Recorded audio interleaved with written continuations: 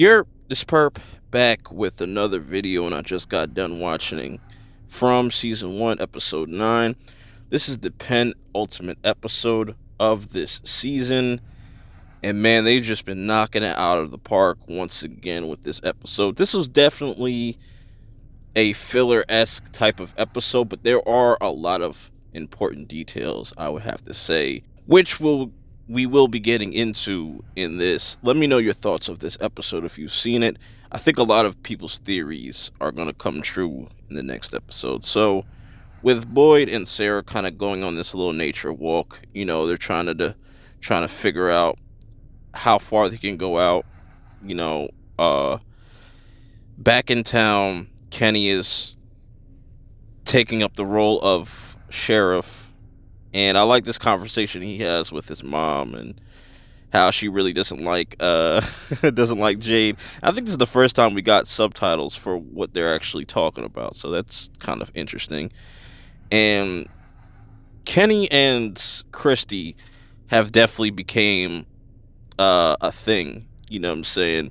Which also has me a little bit nervous for Christy's character and also Kenny, because whenever characters get this close or, they start to talk a certain way, it never kind of leads to something good. So hopefully these two are safe. Donna is also keeping her eye on a specific person named Eric. We're going to get into that very shortly. But before we get into that, let's talk about this nightmare that Tabitha had. Is this foreshadowing for something to come, or is this just a bad dream? Because if you notice, there's this siren that we hear later on in the episode, and she's walking up these stairs. She's hearing the phone ring. If you remember the story she told about how she lost her child, and you see Jim just hanging off something like he's fallen from something. Maybe this is foreshadowing something bad to happen with Jim's character while making that tower. Meanwhile, Donna has a rude awakening to Eric hanging himself in the bathroom for everybody to see that's left from Colony House. And this is really, you could just look on her face and she just is completely devastated. But it makes sense. We'll get into that. I like this conversation that Fatima and Ellis have about, what if this radio stuff works? You know what I'm saying? Is life really better out there than it is in here? You know what I'm saying? And Ellis kind of rebuttals it with how his father would come back from war and stuff. And I really like these two's connection and just that whole conversation, because it really makes you think. So going back to the woods with Sarah and Boyd, Boyd finally asks Sarah, and Sarah seems to talk a lot. This is probably the one person you don't want to go hitchhiking with.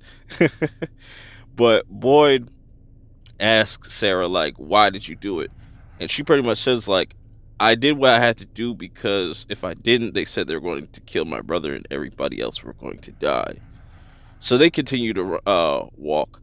Now, it's the little details in the show that you got to really pay attention to. Like, people like Ethan, Jade, Victor, and Sarah, they are the key to this, right? So Tabitha and everybody are looking at these pictures, and Ethan says, these aren't just pictures. It's not a puzzle. It's a story. If we put them together, we can probably figure this out. But Tabitha decides, no, this is too graphic for a little kid to, get his mind wrapped around. So she decides to kind of play a different game and asks both the kids, like, where would you want to go if you were able to leave this place? And she automatically says food. Julie says she just wants to see her friends. But then Ethan responds by saying, like, I just want us to be a family again. This is like the closest we have ever been. And also Julie says later on in this episode, somewhere along the lines like maybe we're here for a reason, you know what I'm saying? Because, and I always felt like that, like thinking about this show, they pick certain individuals, you know what I'm saying? And I think Julie might be onto something as well with that, as far as how a person is living their life is why they ended up where they're at now. But anyways, swinging things over to Jade and Jim, because Jim's the engineer and Jade's the tech guy. They're trying to put their two brains together, trying to figure out how can we keep these batteries going on for as long as we need them to. And they kind of clash with ideas, and Jade just keeps bringing up Victor, and Jim doesn't really want to hear none of that. But Victor is honestly the key to all this, because he definitely knows way more than anybody there. And where is he? I have some thoughts. So then Kenny goes to check on Donna to make sure she's okay, because she just comes to Colony House kind of to just like drink a little bit, get some steam off. But she has a complete mental breakdown where she just takes an axe to the kitchen floor, because Kenny's asking, we need some wood, you know what I'm saying, to help build this tower. And she just freaks out, you know.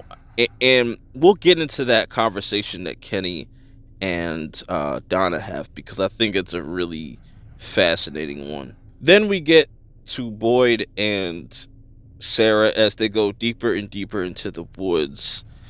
And obviously, so they don't get lost, Boyd is putting these like marks on the trees so they know what direction to go when they need to go back home. But they stumble upon this tree that has all these like little messages in bottles, and then the sound effect kind of just triggers something within Sarah, which makes her kind of start to have these seizures. Now, last time we kind of seen something like this, Victor was triggered by like the dogs. So there has to be something with that. Let me know how y'all feel about it. So now let's finally get into this whole conversation between Donna and Kenny, and how the actress that plays Donna has just killed it in this episode. I feel like she gave my favorite performance of this episode. I think she's definitely the MVP, and she just talks about what Colony House means to her and what means to other people. Like, that was just a little bit of hope. Now that that's gone, she doesn't know how to feel, or just, you know. And she tells Kenny, like, if this radio thing doesn't work, you gotta be ready to be disappointed. You gotta be ready. You gotta get other people ready. But she also kind of turns things around, saying, like, you know, let me have my off day today, and I'll be back tomorrow a lot stronger to help you guys with this tower. I just like that whole back and forth. And I also like this conversation between Kenny and Christy, where Christy's like, you know, she lets Kenny know like her relationship between her and Eric and their whole kind of backstory, but also tells Kenny, like, if anything goes wrong, if this thing falls apart, just come to me, talk to me. And I thought for a moment there that they were going to kiss. I was like, yes.